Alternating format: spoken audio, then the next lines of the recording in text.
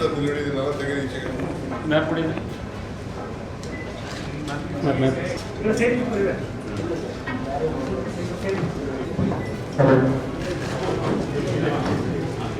ಯಾರು ಬಂದಿಲ್ವಾ?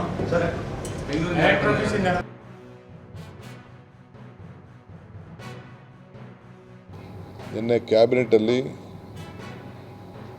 98 ಕೋಟಿ ರೂಪಾಯಿ ವೆಚ್ಚದ ಯೋಜನೆಯನ್ನು ನಿನ್ನೆ ಕ್ಯಾಬಿನೆಟಲ್ಲಿ ಮಂಜೂರಾತಿ ಕೂಡ ಆಗಿದೆ. ಈ ಬಜೆಟಲ್ಲಿ ಸೇರಿಸಿದ್ದೇವೆ.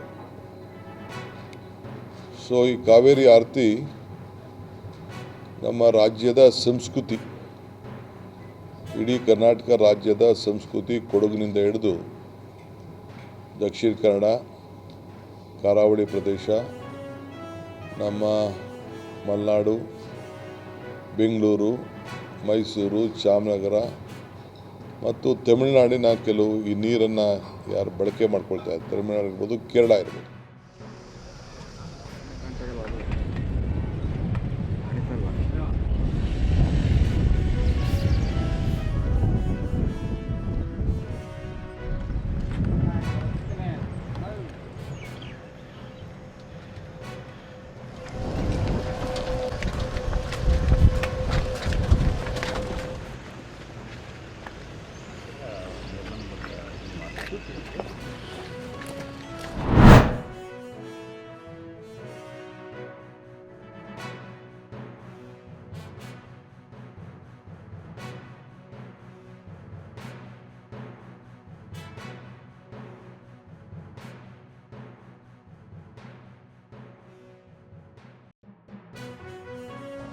The entire people of Jammu and Kashmir have condemned this terrible action, and they have fully supported the nation at this time.